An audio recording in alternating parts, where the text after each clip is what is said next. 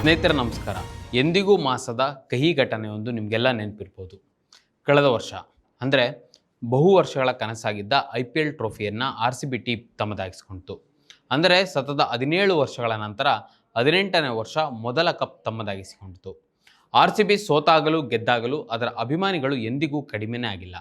ಅದೇ ರೀತಿಯಲ್ಲಿ ಕಳೆದ ಜೂನ್ನಲ್ಲಿ ರಾಯಲ್ ಚಾಲೆಂಜರ್ಸ್ ಬೆಂಗಳೂರು ತಂಡ IPL ಟ್ರೋಫಿಯನ್ನು ತನ್ನದಾಗಿಸಿಕೊಂಡ ಮರುದಿನವೇ ಬೆಂಗಳೂರಿನಲ್ಲಿ ವಿಜಯೋತ್ಸವ ಕಾರ್ಯಕ್ರಮವನ್ನು ಸರ್ಕಾರದ ವತಿಯಿಂದ ಆಯೋಜನೆ ಮಾಡಲಾಗಿತ್ತು.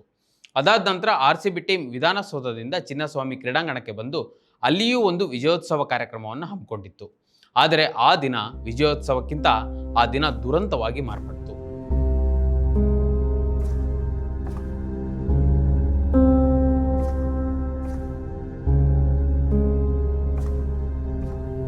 ಅಂದು ಕಾಲ್ತುಳಿತ ಸಂಭವಿಸಿತು.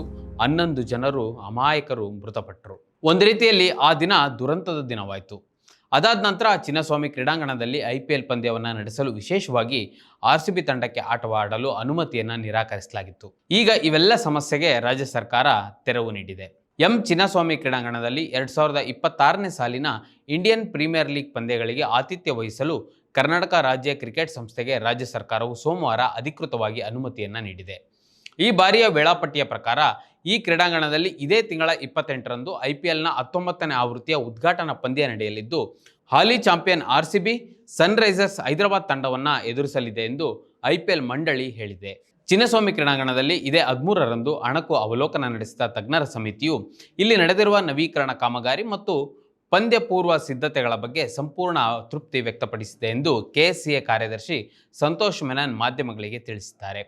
ಪಂದ್ಯಗಳನ್ನು ನಡೆಸಲು ಅನುಮತಿ ದೊರಕಿದ್ರೂ ತಜ್ಞರ ಸಮಿತಿ ಮತ್ತು ಪೊಲೀಸ್ ಇಲಾಖೆಯ ಕಾರ್ಯಾಚರಣೆ ಮತ್ತು ಜನಸಂದಣಿ ನಿರ್ವಹಣೆಗೆ ಸಂಬಂಧಿಸಿ KSCA ಕೆಲವು ಪ್ರಮಾಣಿತ ಕಾರ್ಯಾಚರಣೆ ವಿಧಾನಗಳನ್ನು ಪಾಲಿಸಲು ಸೂಚನೆ ನೀಡಲಾಗಿದೆ. ಮೊದಲು ಪಂದ್ಯಕ್ಕೆ ಮುನ್ನ ಸಂಸ್ಥೆಯು ಮಾರ್ಚ್ 26ರ ಆಸುಪಾಸಿನಲ್ಲಿ 2-3 ಬಾರಿ ಅಣಕು ಕಾರ್ಯಾಚರಣೆ ನಡೆಸುವ ನಿರೀಕ್ಷೆ ಇದೆ ಎಂದು ಅವರು ಹೇಳಿದ್ದಾರೆ. ಇನ್ನೊಂದು ಸಂತೋಷದ ವಿಷಯವನ್ನು IPL ಮಂಡಳಿ ಹೇಳಿದೆ. RCB ಪಂದ್ಯಗಳ ಟಿಕೆಟ್ ಹೊಂದಿರುವವರಿಗೆ ಉಚಿತ ಪ್ರಯಾಣ ವ್ಯವಸ್ಥೆ ಮಾಡಲಿರುವ ಮೆಟ್ರೋ ನಿಗಮವು ಮುಂದಿನ ದಿನಗಳಲ್ಲಿ ಚಿನ್ನಸ್ವಾಮಿ ಕ್ರೀಡಾಂಗಣದಲ್ಲಿ ಅಂತಾರಾಷ್ಟ್ರೀಯ ಪಂದ್ಯಗಳ ಆತಿಥ್ಯದ ವೇಳೆಗೂ KSCA ಜೊತೆ ಪಾಲುದಾರಿಕೆ ವಹಿಸಲಿದೆ. ಇನ್ನು IPLನ ಅನ್ಬಾಕ್ಸ್ ಕಾರ್ಯಕ್ರಮವೂ ಸಹ ಬೆಂಗಳೂರಿನಲ್ಲಿ ನಡೆಯಲಿದೆ. ಮೊದಲ ಹಂತದ ವೇಳಾಪಟ್ಟಿಯಲ್ಲಿ RCBಯ 2 ಪಂದ್ಯಗಳು ಈ ಕ್ರೀಡಾಂಗಣದಲ್ಲಿ ನಡೆಯುತ್ತಿದೆ. ಏಪ್ರಿಲ್ 5ರಂದು ಚಿನ್ನಸ್ವಾಮಿ ಕ್ರೀಡಾಂಗಣದಲ್ಲಿ ಚೆನ್ನೈ ಸೂಪರ್ ಕಿಂಗ್ಸ್ ತಂಡವನ್ನು RCB ಎದುರಿಸಲಿದೆ. ತವರಿನ 7 ಪಂದ್ಯಗಳ ಪೈಕಿ RCB ತಂಡವು 5 ಪಂದ್ಯಗಳನ್ನು ಚಿನ್ನಸ್ವಾಮಿ ಕ್ರೀಡಾಂಗಣದಲ್ಲಿ ಆಡಲಿದೆ. ಉಳಿದ 2 ಪಂದ್ಯಗಳನ್ನು ರಾಯ್ಪುರದ ಶಾಹಿದ್ ಮೀರ್ ನಾರಾಯಣ್ ಸಿಂಗ್ ಅಂತಾರಾಷ್ಟ್ರೀಯ ಕ್ರಿಕೆಟ್ ಕ್ರೀಡಾಂಗಣದಲ್ಲಿ ಆಡಲು ನಿರ್ಧರಿಸಿದೆ. RCB ಆಟಗಾರರು ಮಂಗಳವಾರ ಇಲ್ಲಿ ಸೇರಿಕೊಳ್ಳಲಿದ್ದು, ಬುಧವಾರ ತರಬೇತಿ ಶಿಬಿರ ಆರಂಭವಾಗುವ ನಿರೀಕ್ಷೆ ಇದೆ. RCB ಚಿನ್ನಸ್ವಾಮಿಯಲ್ಲಿ ಆಡಲು KSCA ಈಗಾಗಲೇ ಕ್ರೀಡಾಂಗಣದ ಸುತ್ತ ಅನೇಕ ಕಾಮಗಾರಿ ಕೆಲಸಗಳನ್ನು ಮಾಡಿದೆ. ಅದನ್ನು ಗಮನಿಸಿದ ರಾಜ್ಯ ಸರ್ಕಾರ ಚಿನ್ನಸ್ವಾಮಿ ಕ್ರೀಡಾಂಗಣದಲ್ಲಿ RCB ತಂಡವನ್ನು ಆಡಲು ಅನುಮತಿ ಸೂಚನೆ ನೀಡಲಾಗಿದೆ. ಇದೇ ಸೋಮವಾರ ಗೃಹ ಸಚಿವ G. ಪರಮೇಶ್ವರ್ ಅವರ ಅಧ್ಯಕ್ಷತೆಯಲ್ಲಿ ವಿಧಾನಸೌಧದಲ್ಲಿ ತಜ್ಞರ ಸಮಿತಿಯ ಜೊತೆಗೆ KSCA, RCB ಮತ್ತು ಕಾರ್ಯಕ್ರಮದ ಆಯೋಜಕರಾದ DNA ಪ್ರತಿನಿಧಿಗಳ ಸಭೆ ನಡೆಯಿತು.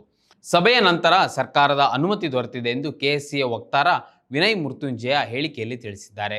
ಅನುಮತಿ ನೀಡುವಲ್ಲಿ ಸಚಿವ ಪರಮೇಶ್ವರ್ ಅವರ ನೇತೃತ್ವದ ಮಾರ್ಗದರ್ಶನ ಮತ್ತು ಬೆಂಬಲಕ್ಕೆ KSCA ಕೃತಜ್ಞತೆಯನ್ನು ಸಲ್ಲಿಸುತ್ತದೆ ಎಂದು ಅವರು ಹೇಳಿದ್ದಾರೆ. ತಜ್ಞರ ಸಮಿತಿ ಮುಖ್ಯಸ್ಥ ಮಹೇಶ್ವರ ರಾವ್, ಸದಸ್ಯ ಕಾರ್ಯದರ್ಶಿಯಾಗಿರುವ ಪೊಲೀಸ್ ಆಯುಕ್ತ ಸೀಮಂತ್ ಕುಮಾರ್ ಸಿಂಗ್ ಮತ್ತು ಸದಸ್ಯರಿಗೂ ಸಹ ಕೃತಜ್ಞತೆಯನ್ನು ತಿಳಿಸಿದ್ದಾರೆ. ಕ್ರೀಡಾಂಗಣದಲ್ಲಿ ಹೊಸ ಸುರಕ್ಷತಾ ವ್ಯವಸ್ಥೆಗಳ ಬಗ್ಗೆ ಸಾರ್ವಜನಿಕರಲ್ಲಿ ಜಾಗೃತಿ ಮೂಡಿಸಲು ಸಮಿತಿ ನಿರ್ಧರಿಸಿದೆ.